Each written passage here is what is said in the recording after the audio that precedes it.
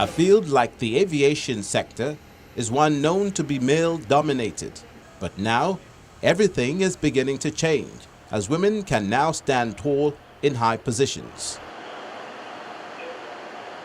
Engineer Omodele Arowolo is an air navigator, safety inspector. Her field is one of those very important to the industry. This room is called the Communications Equipment Room, which transmits the conversation between the controller and the pilot. Here, Engineer Arowolo is carrying out her engineering duties. Okay, this is the 80s page. Yeah. When you close this, The weather page. okay, the weather page. And the runway, showing the runway. Basically what you use this is an indicator. You use it to monitor what the machine is bringing out. This picks all the flight, all the aircraft coming in, whatever conversation is between the pilot and the controller, they are recorded and archived over a very long duration of time. This computer is the technical monitoring control system that keeps a tab on the frequencies. It's an indication of what these other racks, whatever they are producing, it comes in here. From here you can monitor all the other racks you have in here. You can monitor all the frequency. We know whichever one is having problem, whichever one is not having problem.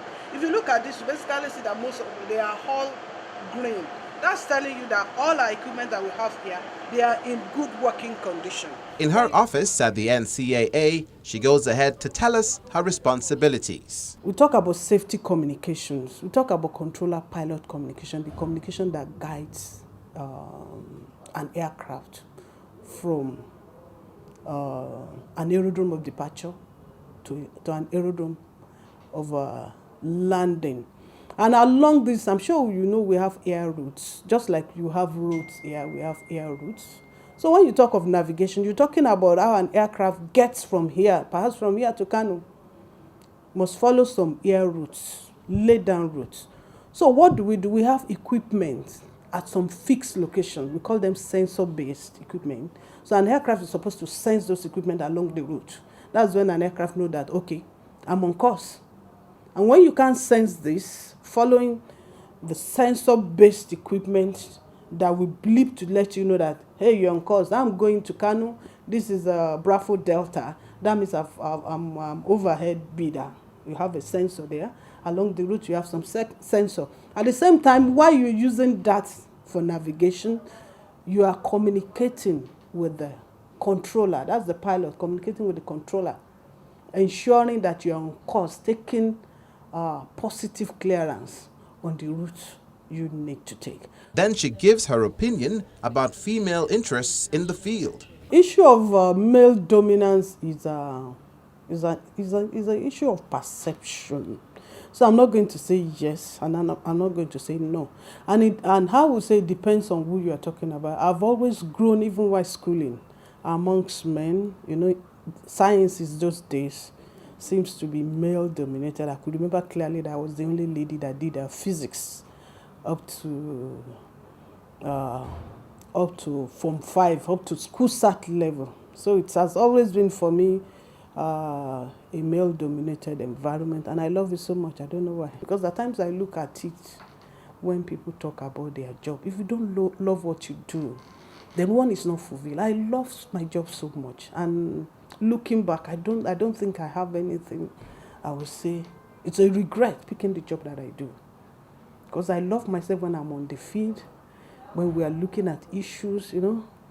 I'm so excited, so passionate about the job. And when there are challenges, I love it so much more. This is also another woman who is the head of operations, Murtala Mohammed Airport, rolling out her desk work. We have basic functions of facilitation. That's facilitation of passenger, cargo, and goods. Then another one is safety of flight operations on the air side. So we ensure the safety of flight operations, movement of aircraft, and we ensure that all the standards and recommended practices of ICAO are complied with as airport operations. So all the facilities in the terminal building. We'll make sure the function, because as a facilitation of passengers, you have a recommended time you have to use in the airport, either on arrival or departure. So when you have facilities that are working optimally, you are able to attain that timing. So we ensure that is done. So when any of our facilities like conveyor belts is not functioning, it is the duty of operation officer to call the mechanical to fix it. From teaching, she ended up in the aviation sector. I was a trained teacher anyway. I had NC certificate then. But when I joined the organization, and as I was growing, then I realized that if I need to get somewhere, I have to up my education. And for Isioma Ogbeche, passenger services manager, Sakol, her dream was to work in the petroleum industry. Isioma Ogbeche's duties are basically customer services. So what my job entails is that my customers are handled speedily, efficiently, and in the most courteous manner. Since I joined, it's been more like handling passengers from the air and now on ground, basically, which wasn't too far from what I did even while I was in Shell, because I was also a front desk staff as well. The unique thing about the job is that everyone remains a student. You acquire the knowledge you require to discharge your duties from these courses, and you are encouraged to imbibe, you are encouraged to take back what you know, that knowledge, and apply it to your job when you come back, and it's been very fruitful. The aviation industry is very educative and open to everyone.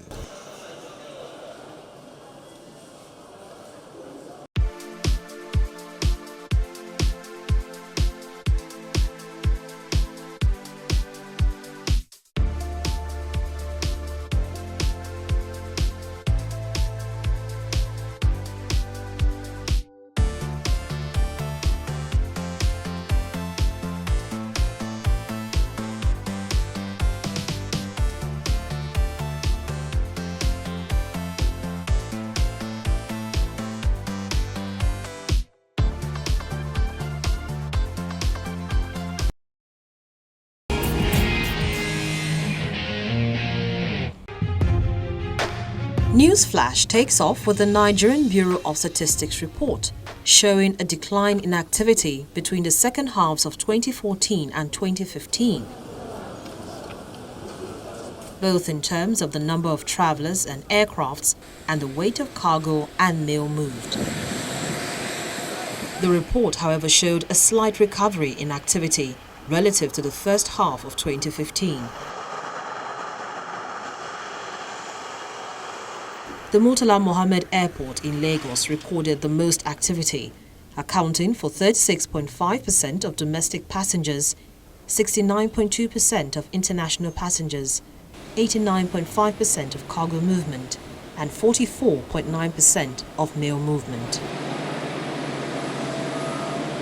The Bureau report also showed that in the third quarter of 2015, the total number of passengers to travel through Nigerian airports was over 3 million, which represents an increase of 8.5% relative to the number in the second quarter.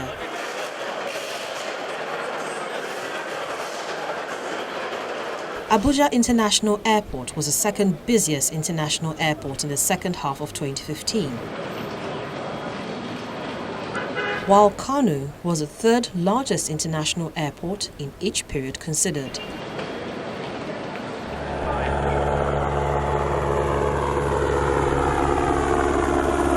Now to the solar-powered airplane, which is now midway through an attempt to circle the globe.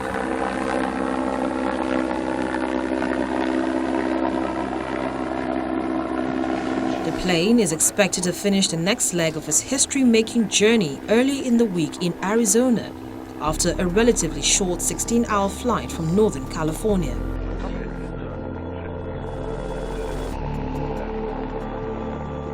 The spindly single-seat experimental aircraft dubbed Solar Impulse 2 arrived in Phoenix at 8:55 p.m. local time.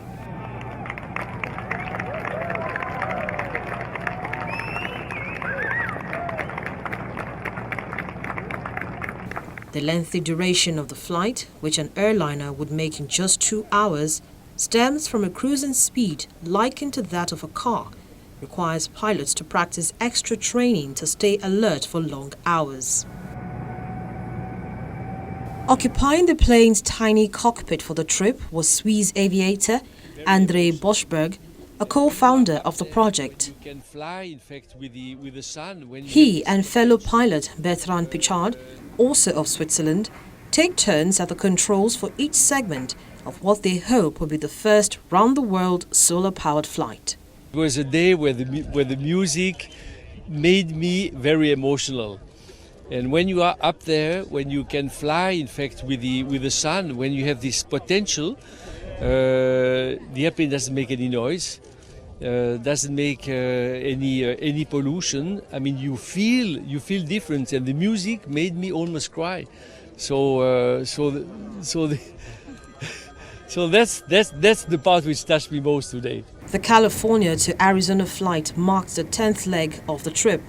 But last year in July, Boschberg was the pilot for the Japan to Hawaii trip over the Pacific, during which he remained airborne for nearly 118 hours.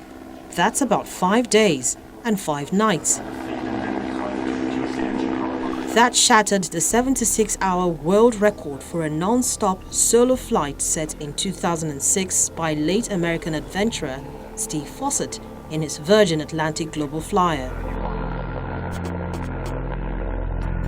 It also set new duration and distance records for solar-powered flight. The feat, however, dealt a setback to the Solar Impulse team. The plane sustained severe battery damage on the flight from Japan, requiring repairs and testing that kept the aircraft grounded in Hawaii for 9 months. Surplus power is stored in 4 batteries during daylight hours to keep the plane flying overnight, allowing it to remain aloft around the clock on extreme long-distance flights. The biggest difference is that the Solar Impulse flies without a drop of fuel. The 4 engines of the propeller-driven aircraft are powered solely by energy collected from more than 17,000 solar cells built into its wings. The Swiss team hopes eventually to complete its circumnavigation in Abu Dhabi, where its journey began in March 2015 as part of a campaign to bolster support for clean energy technologies.